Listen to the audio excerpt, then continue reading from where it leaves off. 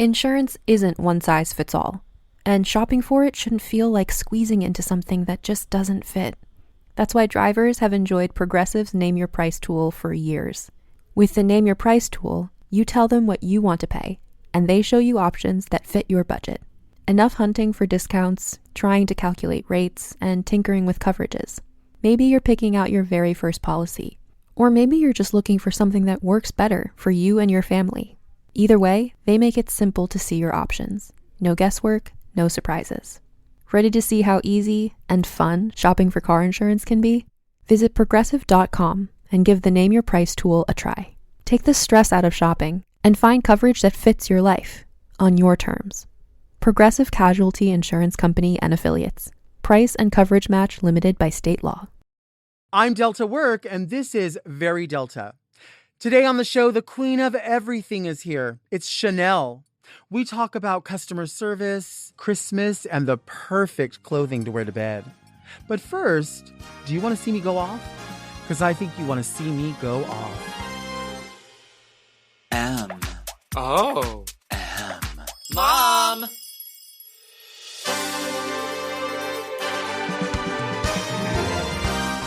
Are you a lady like me? Introspective, beautiful. Oh, are you intellectual like me? Beguiled by a bargain? You like wild times? Oh, like me? Are you serving the community like me? Well, if you are, then you must be very Delta.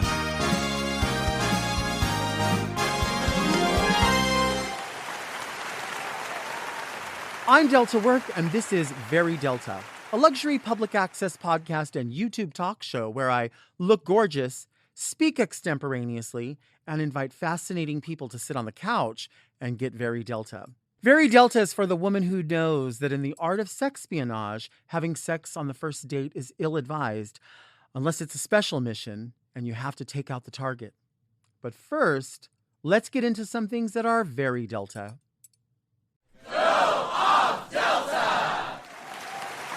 Do you love Diet Coke like me? Well, if you do, then you're not afraid of a taste test. It's no secret that I take more from TikTok than I offer back. But I thought this would be something I could offer back because I watch everyone do this taste test and they think they know and sometimes they don't. And my fear is that I feel like I'm an authority and I might not be. So why not just try it out? I mean, I don't know I don't know what everyone's Diet Coke tastes like because I don't go everywhere, but I know exactly what is here. I just don't know in what order they are.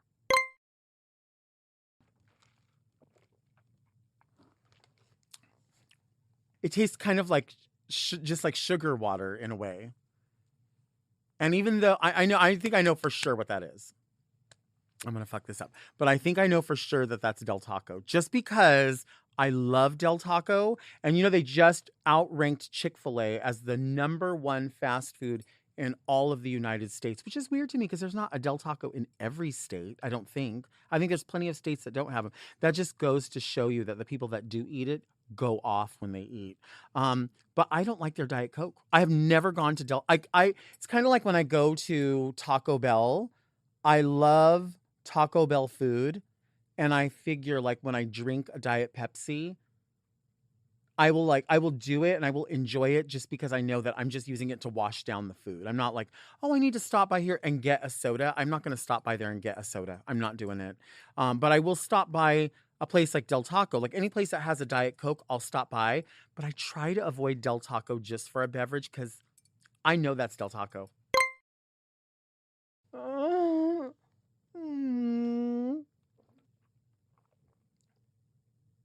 Ooh.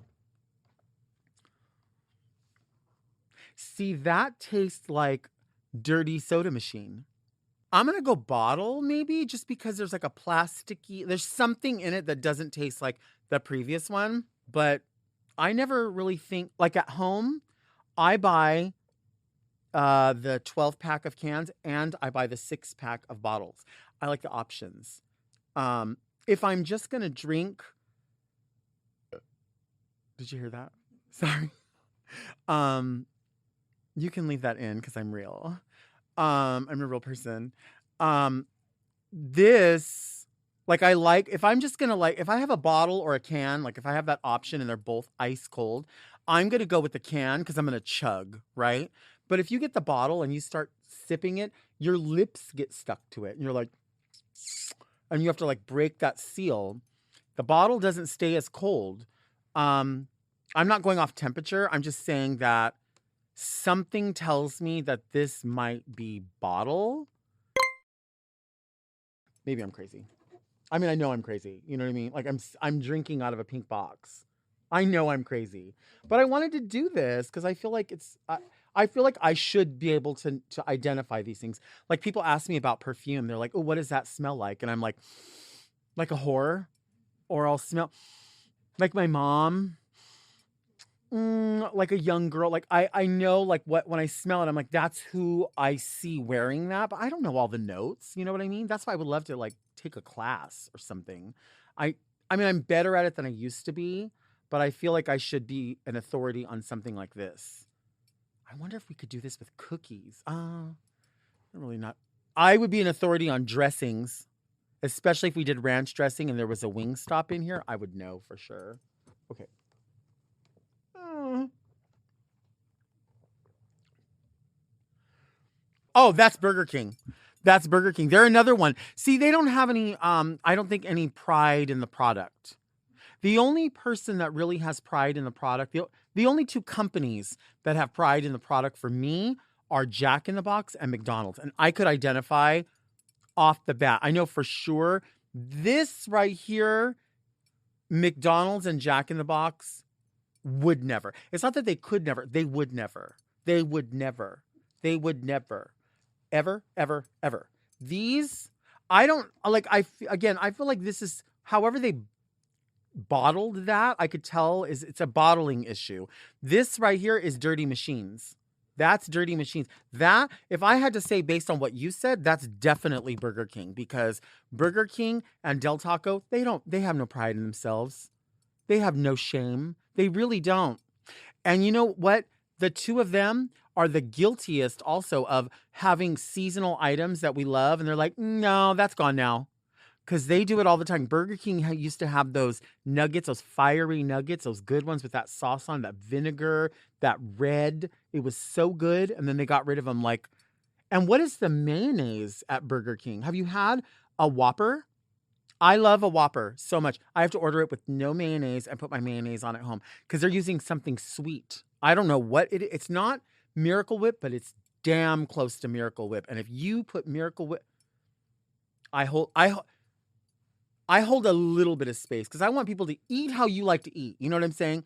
Just don't play in my face with Miracle Whip ever because I cannot, I shan't, I shalln't, I shall not, I shan't. I wonteth, I willn't, you better be knowing Willis. Like none of it. I'm not doing any of that.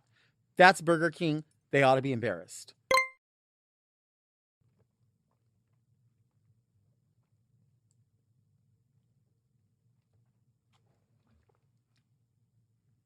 McDonald's, 1,000% because there's carbonation. I know for I don't know. I'm not 1,000% sure on these, but I know for sure that's McDonald's.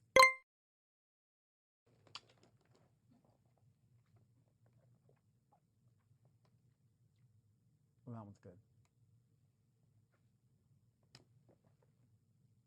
Mm-hmm. Mm-hmm. Can. That's a can. That's definitely a bottle. I know for sure that's a can.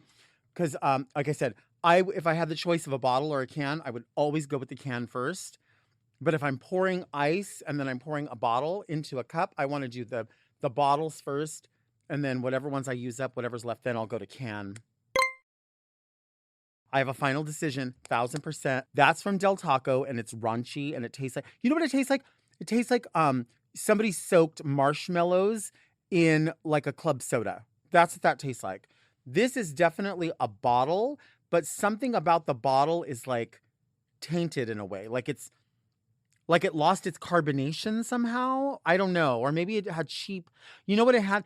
Do you know what butt ice is? Have we talked about butt ice before? Butt ice is when the filter in the refrigerator is not cleaned and those half moon crescents of ice come out, and like you chew the ice and you're like, like you can breathe, you like breathe out through your nose and your teeth like this. That's butt ice. So there's butt ice in that. This is Burger King and McDonald's can. Final answer. 1,000%. That, see, and no shade. I can hear that that's a cup. Final answer off for sure.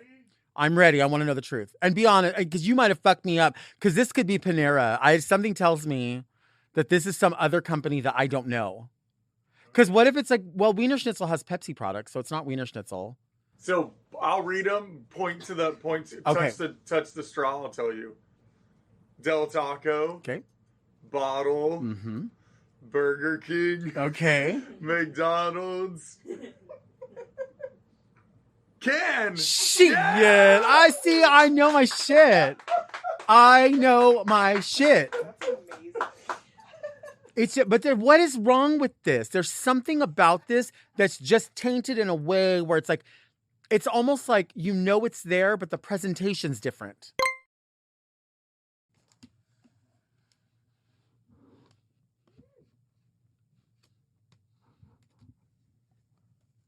Oh, wait, there's two McDonald's.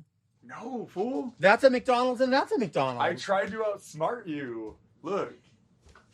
I didn't want you to clock it, so I poured them in a cup. Oh, shit.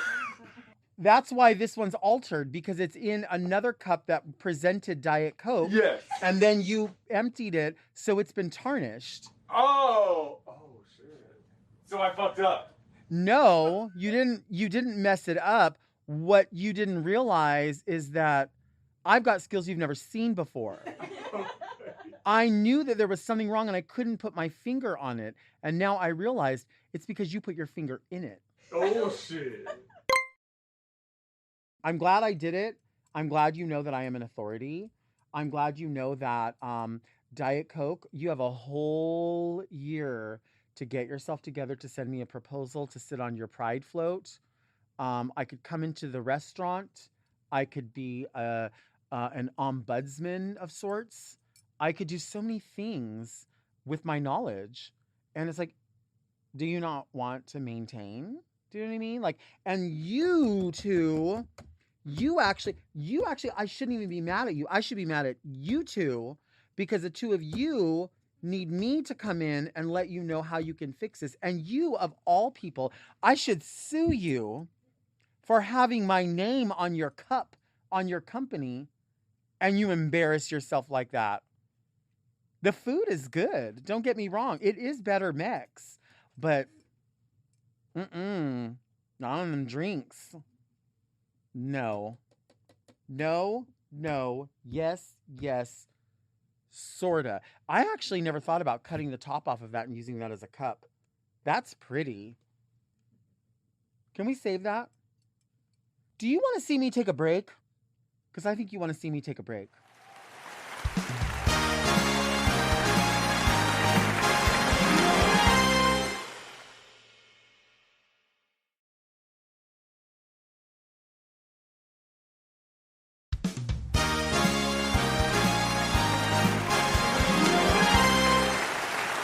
Today's guest is a dear friend of mine, now approaching 3 decades. Some people call her the Duchess of Las Vegas, but I think they should know she's the queen of everything. It's the one and only Shannel. Hi. Hi, thank you for being here. I'm so excited. It's been a long time in the making. It has. Yeah. Yes, we're very busy people, but you do not live right up the street like you once did. Right. Yeah, you are literally the queen of everything because you have your hand in so many different things, but You do it so well. But you've always been that person. You've always liked to do a lot of different things, right? I think at a very early age, it was instilled in me by my parents that you never put all your eggs in one basket. You know, you kind of need to diverse things, right? You need as many things as you can going on so that, God forbid, something happens with one, you have something to be able to fall back on. And for me, 2020 hit, and of all times, you're like, wow, I've never realized it so much. You know, I mean, it was the first time in my entire career that I'd never not worked. Well, the bills didn't stop, the mortgage didn't stop, so thank God to be able to have other things to fall back on.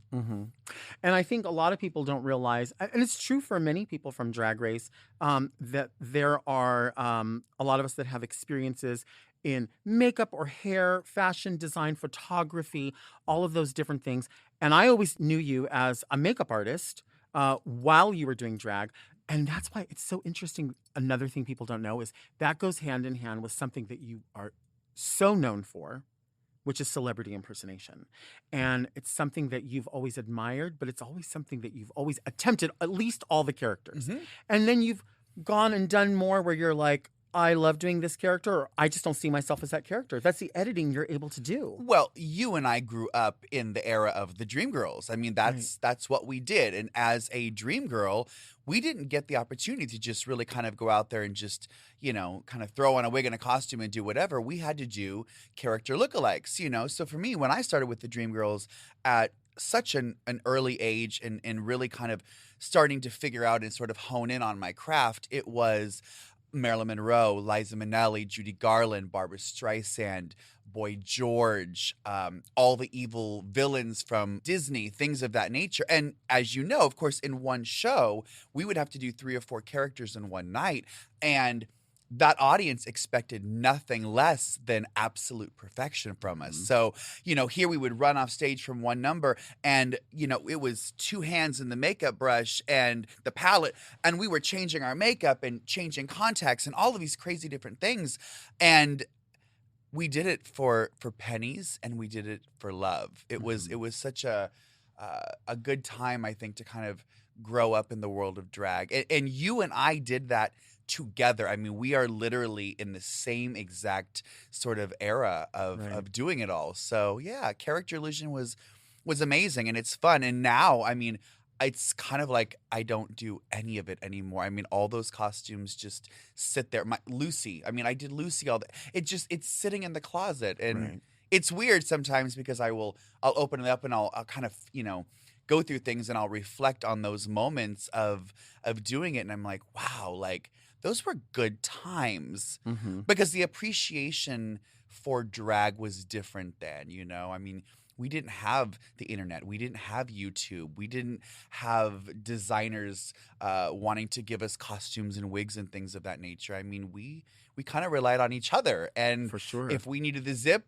you would zip me. If we needed, a bobby pin or hairspray or things like that, we gave that to each other. So it was a fun time. It really was. It's funny you say that about like helping one another. I remember before coming to Dreamgirls, I had just left beauty school, and I was still learning what's the difference between wig styling and styling someone's hair, and realizing how different it was. And then maybe I can remember you're like, oh, I want to do a new Marilyn Monroe wig, and you would give the idea, and then I would do it, and I didn't know, so you would have to be like, okay, well, we have to put it on, and then this has to come down.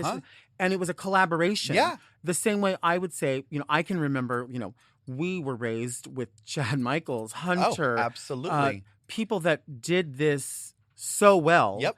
The best. And I can remember, one time, and I've shared this story before, Hunter coming to me saying, so you're doing Cher. This is a fun costume. This looks cool. You going to change your makeup? And I said, why would I do that? They know I'm big Cher. And he said, I know that they know that, but you don't go out there sloppy. Right. He said to me, what I want it to look like is that someone got a straw and blew into Cher and blew her up.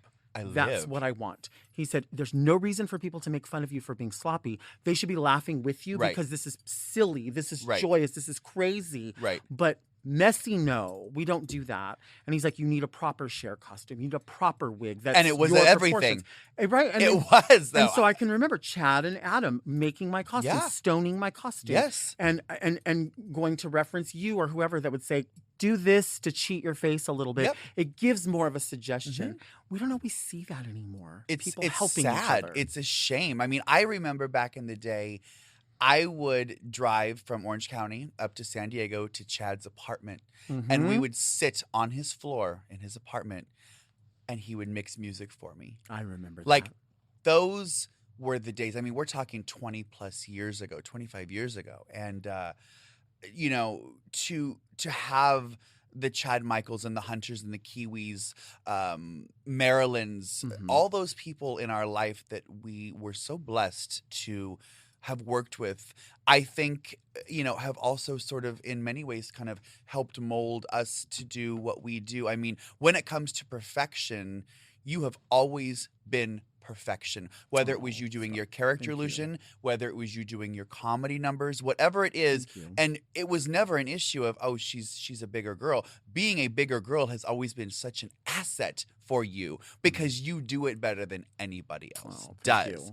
And I'm always honored to know that you and I basically came from the same family, the same mold. That's my honor too. I mean, that's why I'm so glad that you're here, that people can know, because people hear, oh, so-and-so knows this person, that person. And it's like, you really have to know how well some people know one another. And I always say, I like being around people who know me at my absolute worst and darkest time, but only champion my best. Yeah. They will only tell strangers the best things ever. Yep. In private, they can say, girl, you're a hot mess. You need to get this together. Right. But we've, you know, as we've gotten older, we've seen these experiences in our lives that we thought we would never get through. We thought we would never get over. And I always say, we have to go through it to get over it, you know? Amen. And we have. We really, really have. And that's why, you know, watching you on All Stars was such a treat for the world. But for those of us that were like, she's doing this and she deserves her flowers and she deserves the recognition. But you also think like, that's my friend. Like, that's my sister. That's somebody who, like, she's representing all of the places she's been and all of the people and all the characters she's been, all of it. It's just so exciting to see it. I'm appreciative of it. I really questioned whether or not it was something that I could do or that I should do. And not because I think it's a matter of questioning what I do as an entertainer, but the evolution of drag has changed so much. It's beautiful. It's amazing. I mean, we all know that there are so many more sort of essential genres of drag that you and I didn't have growing up. Right. And as the evolution has changed, the show has changed so much. And when you watch season after season and you see the winners and you see a lot of these younger queens coming in and just sweeping the floor, it leaves an old girl to look at that and go, fuck, I couldn't do that now. You know, it's crazy on season 1 when it was, you know, basically one piece of paper going, bring 18 of your favorite drag outfits. Done. And now it's like you're reading through 400 pages of things and you've got to do this and this. And I mean, it's a 6-month process to get this audition tape done. And I remember saying to myself a few years ago with one of the queens who got on the show, I said to her, if this was now, I would never be able to audition to get on this show because I could never do all of these different things. And then this comes around to do All Stars, and I thought, oh, now I'm going to have to kind of bite my tongue a little bit. But I'm glad I did it. It was it was a moment. It was very nerve-wracking. It was very scary, but I'm glad that I've been able to showcase and essentially somewhat sort of reinvent the wheel.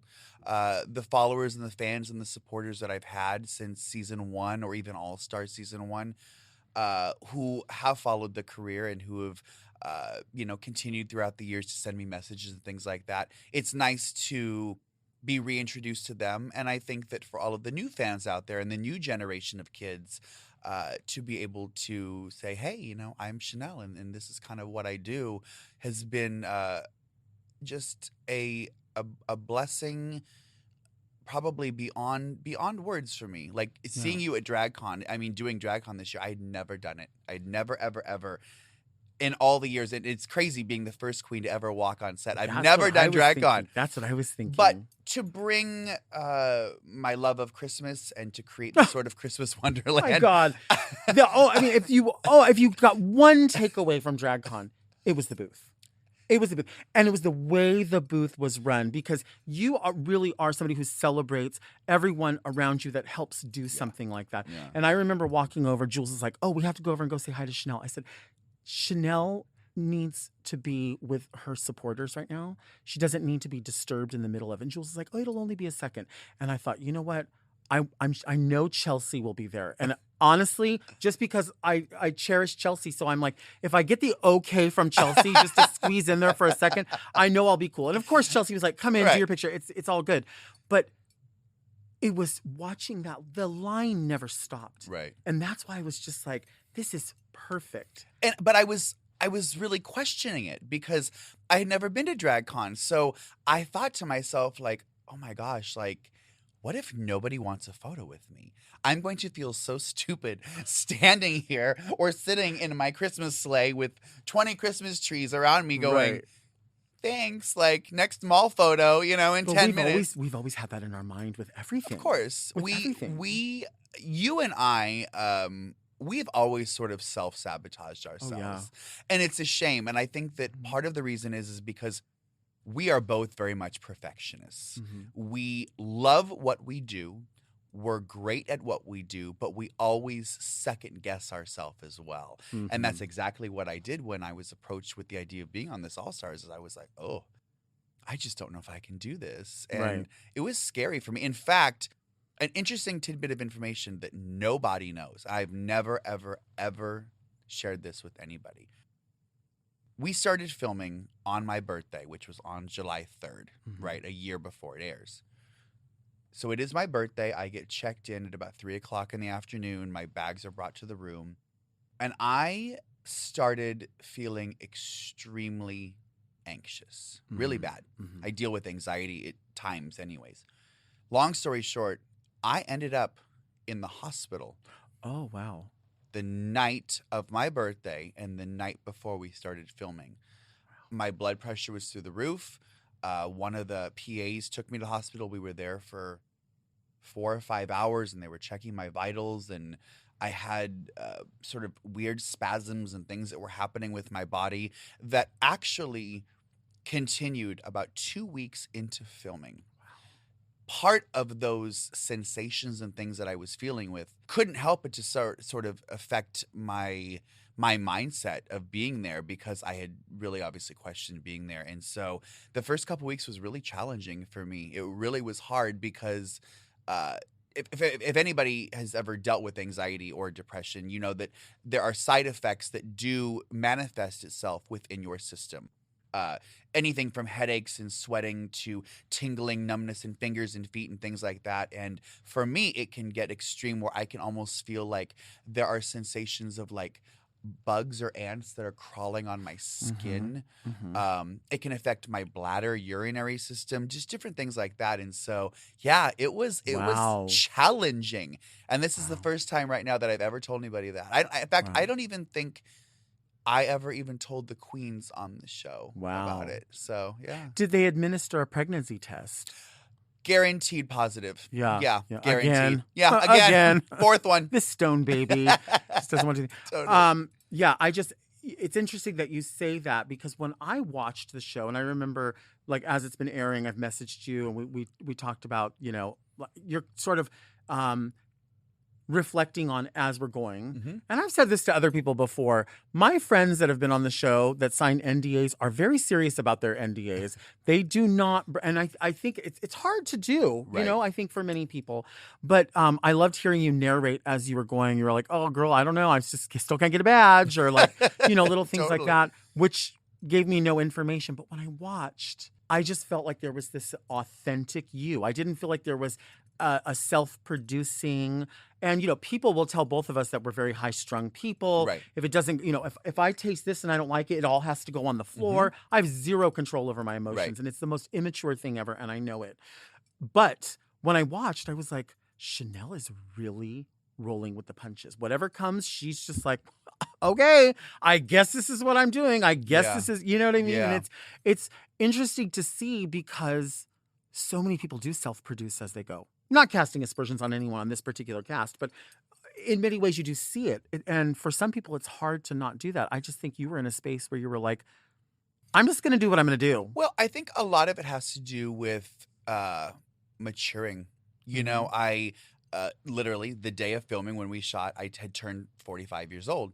And so many aspects of my life in the last 16 years since season 1 began obviously have changed. You know, as people, we mature, we grow, things change. And on season 1, there was no template. There was no blueprint. Right. There was no snatch game. There was, I don't think, any concept or idea from even production of what the show could or would be. There was a hope, there was a prayer, and it surpassed that a million times. And what really hit me was when my mother passed in 2009. And her passing, in many ways, sort of showed me, it created an example for me as a human being and said, you are not invincible. You are just like everybody else. And I realized in those moments just how precious and how sort of fleeting life really is. Because now I can look back at my life years and say, I did not value life. I don't think I valued enough people. I took things for granted. I took money for granted. I don't think I threw enough value into the world. After my mother's passing, the sort of light bulb went on and I had this sort of epiphany and I thought, you are just like everybody else. You are no better than anybody else. And nobody is guaranteed anything, especially life. So why not stop thinking about the things that you don't have or that you wish you had or the money you had or wish you had and start appreciating and valuing yourself more and people around you. And I did. And once I did that, life sort of changed for me. And then we moved, forward several years into the pandemic. And that was an even stronger, crazier, harder reality for me because it was the first time in my life that I'd ever been out of work. Right. I had always been very fortunate and I always worked a huge amount of shows and I was a makeup artist and doing all of these things. And quite frankly and honestly, I made a lot of money and I was very successful at a very early age. And so I didn't value it. It was sort of indispensable to a certain degree. But after my mom's passing and then when the pandemic hit, it really sort of threw everything up again and said, you have got to stop. You need to take a moment and you need to reevaluate your life and everything around you. And once I did that, I realized that humility is a beautiful thing. Appreciation is a beautiful thing. And every day of my life now, I live feeling blessed and feeling thankful for all of the amazing opportunities and things that I've been able to do in my life. I mean, to have been in this business now basically 3 decades as yourself, we are blessed. We are fortunate. And so I don't take anything for granted anymore. I love that. Let's take a break.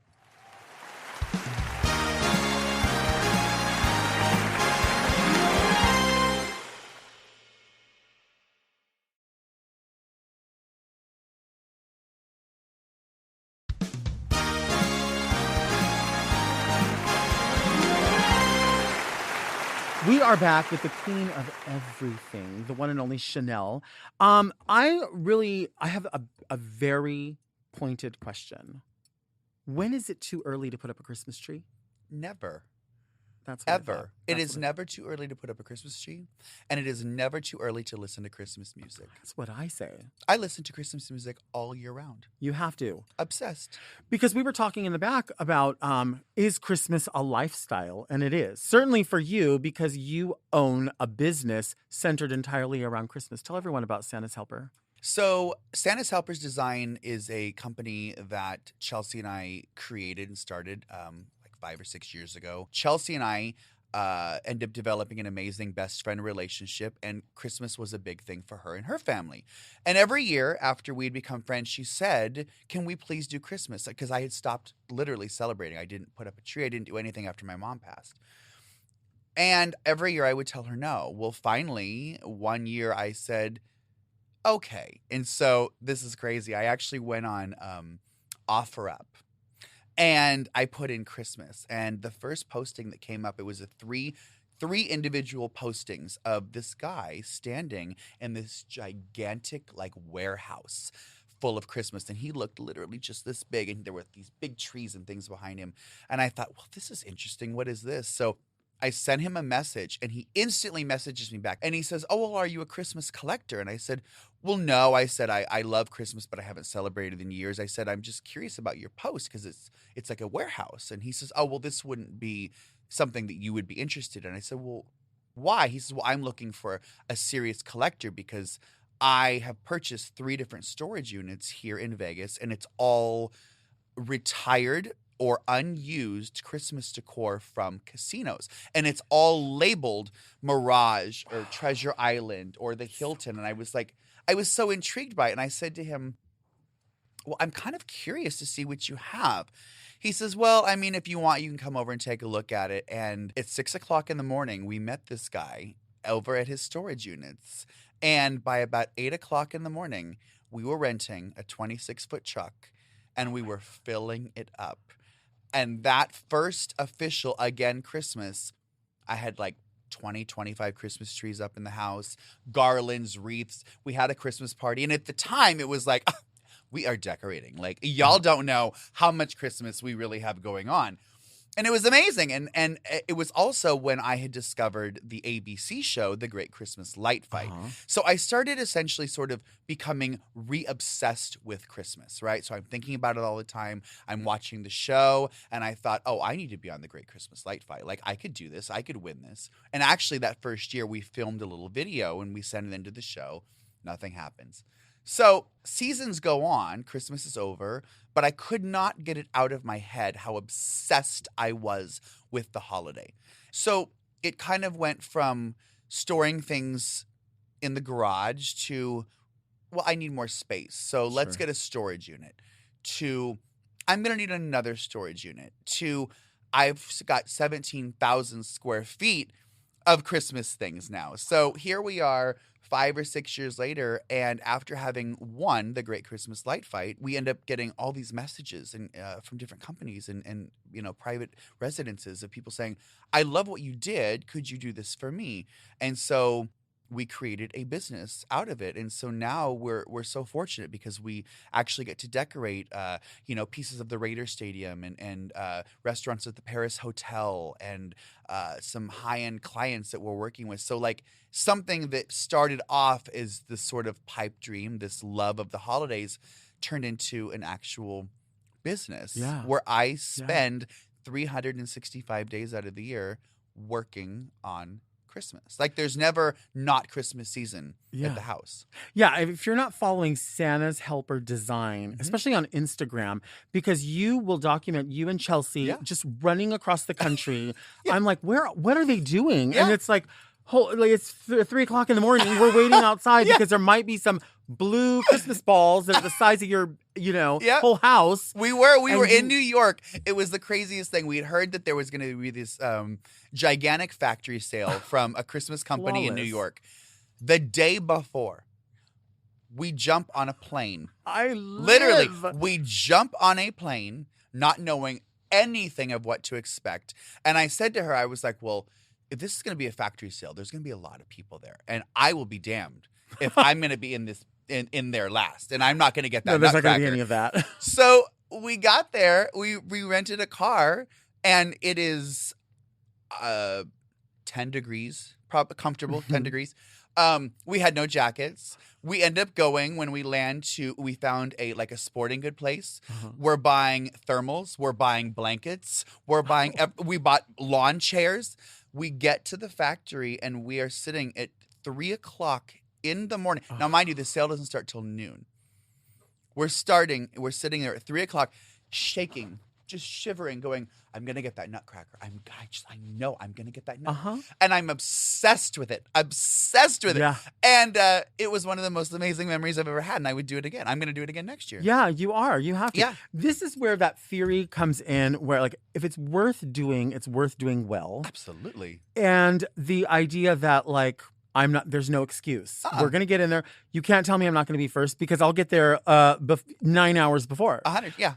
You're not going to fly across the country for nothing, right? Completely. I love it. And again, I still speaks back to all those many, many years ago of going, all right, well, I have one wig, I have one lipstick, I have one this. I'm going to make the best out of it. Yeah. So when you get more, you keep making the best out of it. But I love that you really do.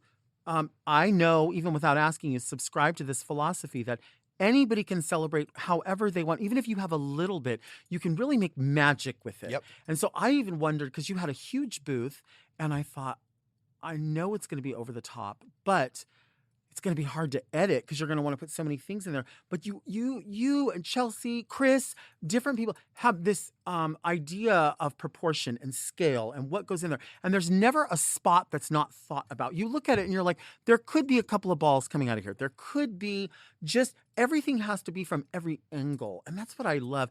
And really, it's rubbed off on me because I've always loved Christmas, but never really had a big space, you know? And so I did the best that I could. Now that we're in our new house, like I remember last Christmas, I was like, we're going to at least Christmas sales, right? And I saw this 8-foot red Christmas tree. And I was like, even the lights are red on it. It's pre-lit. And I thought, oh God, this thing's $3,000.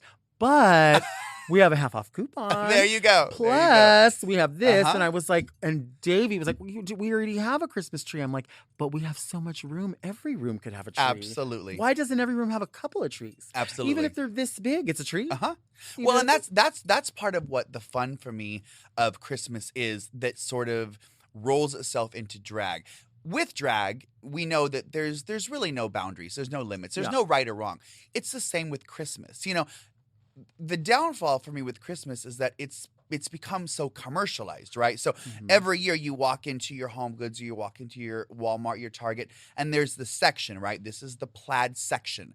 And so we have been told as consumers that these are the ornaments, these are the sprigs, you're so right. These are the poinsettias. Yeah. This is the only thing that is allowed to go on that tree if you're selecting plaid. If you're doing gold, if you're doing silver, what have you. So true. Break through those sort of stereotypes. Mix plaid with red, with green, with gold. And that's what I think is fun about it. You know, growing up for me as a kid from California, Disney was a huge thing, right? And I am obsessed. My biggest sort of inspiration, my biggest mentor of life has always been Walt Disney. And the reason is because Walt Disney sort of broke every barrier. You know, when he was continually told, no, don't, you can't, we don't have the money, he did, and he pushed through. And so I have always sort of wanted to be the Walt Disney of Christmas. Yeah. And utilizing my drag and the art of transformation is what I carry through into Christmas, because obviously with drag, we want bigger and better and extravagant and crazy and over the top. And that's what I like to carry over into my Christmas company. So it all just kind of plays hand in hand.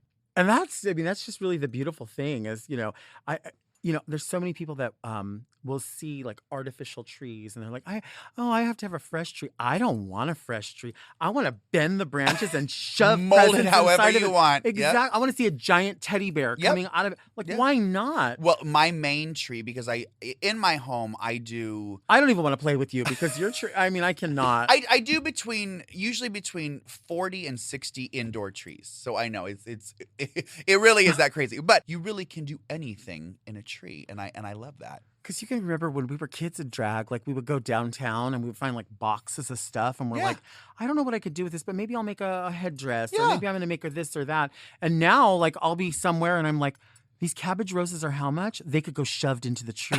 Like they'll just fill in holes. Even tulle. I'm like, stuff the tulle in there. Do something. Absolutely. Do something to make it look like more. Absolutely. I love that. I do too. I fucking love that. Let's fucking do it. It's Christmas. Let's take a break.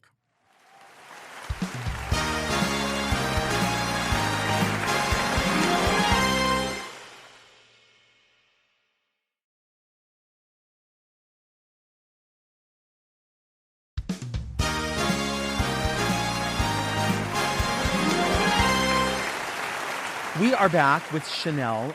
This is the part of the show called Read Me Delta where people will send in letters. Okay. Sometimes they know, they hope that their favorites might be on the show, so there might be a letter that's held on. Okay. And if you want to write a letter, you can send it to readmedelta@gmail.com. Any kind of questions or advice or maybe an observation about things that are happening in your life and you want to share them. The first letter says, Dear Madame Work and Luxurious Guest, how do you sleep at night? I mean, really, how do you? I perceive you as a lady of high standards, class, and virtue, so I'd like to know if you don a silk peignoir with matching pajamas in a fetching shade of pastel, I would assume, or do you prefer a beguiling charmeuse negligee, or perhaps even a floaty chiffon baby doll?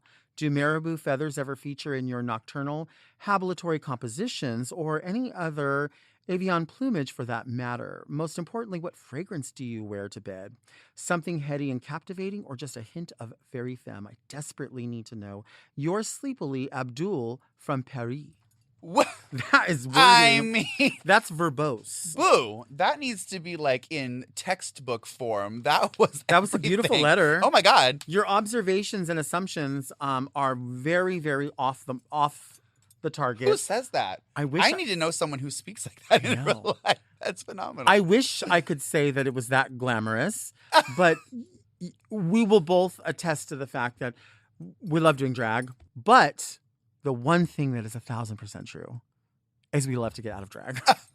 It is my favorite part of drag. It's to the this best part. day. It's Yeah. taking it off. Yeah, Completely. it's not, people will always say, "Oh, it's Pride. I'm going to wear something cool, or I'm going to wear like day makeup." There's nothing cool, and there is no day makeup. no. If you get in drag, you have to get in drag the way that you get in drag. 100%. Everything. nothing's cooler. Nails down. Everything. Nothing's cooler. No. Nothing's more comfortable. And when I get out of drag and I do get home and I shower and go to bed, I actually sleep in the nude. I don't want anything on my skin. At all. At all. At all. At all. At all. I would love to say that I wear all of those things, and I will wear all of those things for you. It just depends on the price. There's a price. Is it a Diet Coke? It was going to have to be a little more than that. A little more than it's Diet gonna have to, Coke. It's going to have to be more than that. It's going to have to be a destination. It's going to have to be, there's a lot in line. So if you want me to wear any of that, I will wear any and all of that. And oddly enough, I have all of that. You do. I have all of that. I always tell people, I'm like, you wouldn't believe the extensive, beautiful display of shoes that I have that I absolutely do not wear because I slide on my ugly clear shoes. I have bought shoes from you.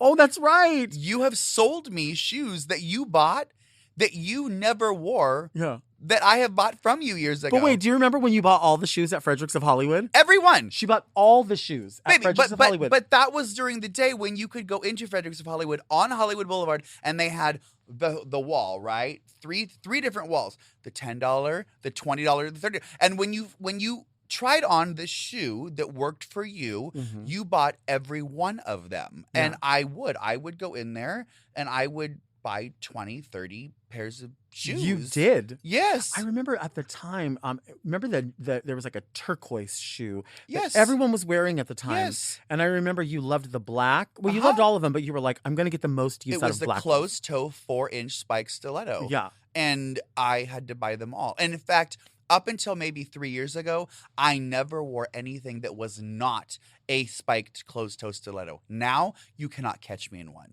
I do not need my big toe and my little toe meeting in the middle. So, old age has come into play, and it is an open toe for me. Yeah. Always. That's good. It's comfortable. and I'll just spill a little bit of tea here, not shaming anybody because I was the one who should have been shamed because I didn't have a shoe.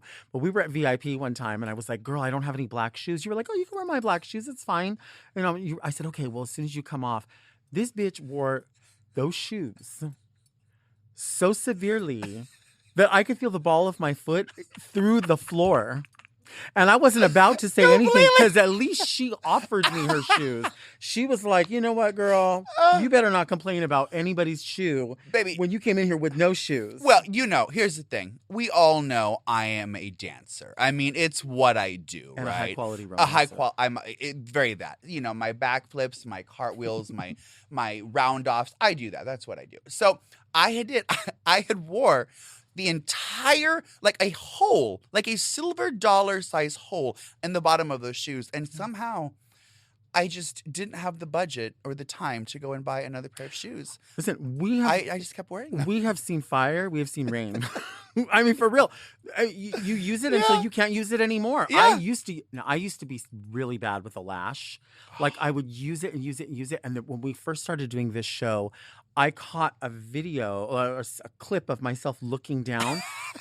The Powder. lash was just, it looked like it was sitting out here. It was so Completely. detached and so gray. So much makeup fallout. Uh-huh. And Yeah. I thought, you could have at least taken a marker to that. Something. So now when I record, I'm like, I need to put on a new pair of lashes. I don't care. I don't want people seeing that. People will forgive a lot. Uh-huh. But when it's that discolored, Serious. Yeah. Yeah, it's gray. fucking mess. Yeah. All right, we have another letter. Okay. Let's see what's happening here. Yeah, but in all honesty, I just sleep in my chonies. That if you really want to know the Completely. truth, I just wear my Completely. underwear. Yeah. I also like having a lot of pillows on the bed, but I don't really use Oh them my all. God, me too. But I like them there. I need them. I feel like I don't ever use less than 2, probably 3 pillows to sleep. Yeah. Yeah, I know, and I don't lay flat. I need to have my head sort of somewhat propped up. Okay, that Yeah, makes sense. yeah. That makes sense. Okay, so they knew you were coming. Dear Delta and Shannel, I'm approaching a major milestone birthday and I'm seeking advice on party decor and activities. The event takes place in October. I'd like to have a dignified autumn celebration that's cozy with a hint of seduction. What decor and ideas do you have that will make my birthday presentation stand out? Highest regards, E. Person's name is E. Oh, the fall. I love the fall just because the cooler the better. Absolutely. I don't want any of this heat. That sounds like it's a celebration that needs a lot of candles and sort of just warmth and romance, rust tones and golds and coppers and ambers. You know, I think that parties that or celebrations that I really enjoy that are decorated are sort of all encompassing. They're essentially ceiling to floor. I like when you walk into a room and you see decor where your eye sort of starts on the ground and it sort of travels up. And I like things that hang. So maybe it's some beautiful vinery that hangs, and maybe it's candles that are on fishing line that are remote controlled. Oh, So it looks like yeah. you have sort of that Harry Potter floating candles about the room. That's I pretty. love that. I normally, I love candles. I love scented candles. I normally don't like scented candles around food just because I want the food to be able, to smell it. But I feel like anything autumnal really already has the cinnamon, the clove, Right. all of that in there. So I think don't be afraid to have maybe candles scented, at least Yeah. in the entryway. Pumpkin. Yeah, it makes of it. sense. Yeah. I say, if you can, I think fresh baked goods are really beautiful. Small bites are easy for people. If you don't, if you want to be socializing while you're there, I say small bites, not a seated meal. But maybe if it's like 10 people, you Absolutely. could do a seated meal. But if you want to be able to mix around and you have a lot of space, I would say small bites are great. Fresh flowers are always fresh beautiful. flowers. I love Yeah. fresh botanicals. That is so nice together. I think like Shannel said, maybe pick a color storyline that you like. A palette that works. I think color palettes that involve 3 to 4 different shades, but all that sort of resemble or are all encompassing, and then just sort of play off of them. Or even if it was one tone and then sort of lighter or darker shades of that specific tone. Texture is everything. I'm obsessed with texture. Interior design in general is something that I've always had a huge passion for. And so part of what makes a beautiful room to me in any shape or style is the textures that are about the room. Yeah. It creates conversation. I always thought you would be obviously a great interior decorator, but also a real estate agent. I just feel like you know how to talk to people. You know what you can hit on those things that people like to talk about, and you're very good at taking context clues. You know when a conversation is like, this conversation is about done. It's funny because during COVID, when I was out of work for the first time, I actually contemplated, I was like, ooh, maybe I'm going to have to go into a different line of work. And so I had considered going to real estate school. It would have been the other. I always said growing up, I wanted to be an interior designer. But I do love sales. I do enjoy all of that. So I think I could Maybe do a little $1 million listing moment. It's so Just, funny. Again. Shannel at the door. What's Yeah. going on? But it's so funny again because I just recently was talking about with Raja about retail and about sales. And, as much as I complain about, the service here, the service there, I come from this space that you come from too, which is retail in the 90s when we would be sort of rewarded, if not credited, for good customer service. Absolutely. So our goal, even when we had horrible customers or horrible clients, you at a makeup counter or wherever it was, our goal was always to rise above and to let them sort of have an experience and change their mind. So to hear you say that again, loving customer service, we really do love it. But what kind of happened to customer service? I think this is my feeling that people didn't see themselves anymore making a career at a location. So they weren't like, I could be a manager here or I could be a district manager. They just saw themselves as disposable and not making any money and not seeing a climb. So I think they figured, well, I'm probably just going to use this as a job, never a career. And no one nurtured that. Because while I am always appreciative of sales associates in whatever it is, whether it's at a clothing store, a grocery store, Starbucks, wherever it is, there has been a very significant change, I think, in the overall demeanor of what customer service really is. At the airport, TSA. I think that is a 2-hour conversation in itself, but I think that there's to some degree a prerequisite of what TSA needs to be and what is hired, of which I don't need to go into right now. But as entertainers, as hosts of shows, we know that we have to give damn near 100% of ourselves every time we're on a microphone, every time we're in front of a crowd. I wish that the undertone of customer service in whatever field, whatever line of work it is, thought about it the same way. So maybe you're right. Maybe it does come down to the money. Maybe it is a monetary issue. Maybe it's the I don't give a fuck. Maybe it's I would rather be on my Facebook or my Instagram right now than caring what size shirt you need. I don't know. But as the consumer in that situation, it gets frustrating to me because I know hosting a show, I don't have the luxury of getting on a microphone and looking at people going, okay, you're here. Have a good time. Let me know if you need anything. Like, we don't get the luxury of doing that. Right. So I just kind of wish that everybody sort of saw it like that. Well, and I think we could talk all day in circles about it, but the reality is what you're saying is true. Again, you go to the airport, and I do feel bad for people in customer service. I understand they're not being paid well, but I don't know why it's always now turned around to you need to supplement that with a bigger tip now. And it's like, well, I'm paying for now double the amount that everything was. And I'm willing to compensate. I'm willing to tip for great service. Right. I love great service and I love tipping because I want you to know too. I'm coming back. We love it. But at the same time, I don't think of it as helping you with what your paycheck is not helping you with. I figure this is separate. And to me, it goes down to something literally as simple as, like, if it's a restaurant and the waiter comes up, waiter, waitress, hi, how are you? Welcome. Thank you for dining here. Something. I don't know how many times I'm in a situation where it doesn't matter if it's an Applebee's, it doesn't matter if it's Chili's, it could be a 5-star steak restaurant, it could be a McDonald's. It doesn't matter where it is. A hi there or a hello and an acknowledgement of person is important. It is key. That costs nothing. Being nice, showing gratitude costs nothing. And as someone in the service industry, if I get a hi there or a hello, you are guaranteed you're going to get more money from me. Right. period. Right. And I don't mean to shoot anybody down, because there are the most incredible people in customer service, and I applaud them. We are those people. I love someone that just simply acknowledges, a hi, a hello, a welcome, a thank you, appreciate you being here. How was your day? Have a great day. Something along those lines. But so many times I just find that you walk into an establishment and there is no eye contact.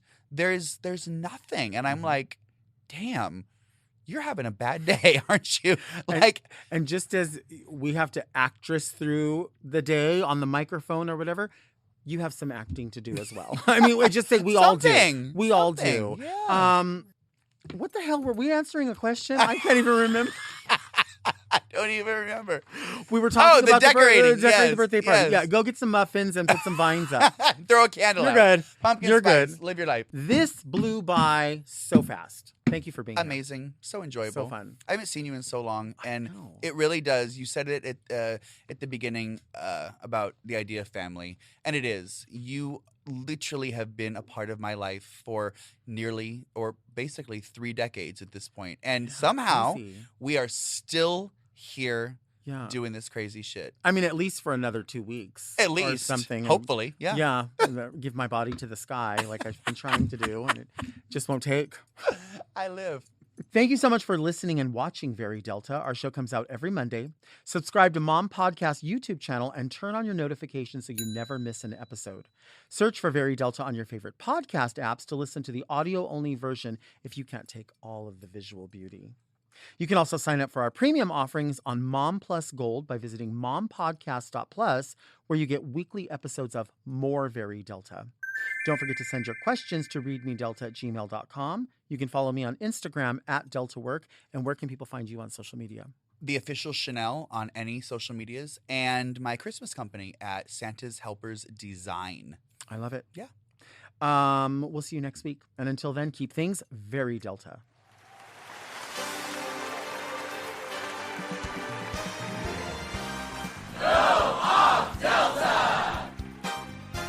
Very Delta is produced by Moguls of Media, a.k.a. Mom. Hosted by Delta Work. Produced and edited by Doug Robertson. Technical direction by Margot Padilla. With original theme music by Will Pitts. Media and design support by Stone Cold. And set design by Eris Sevilla. Executive produced by Alaska, Willem, Big Dipper, Camille Stennis, and Joe Cilio. Recorded at Forever Dog Productions.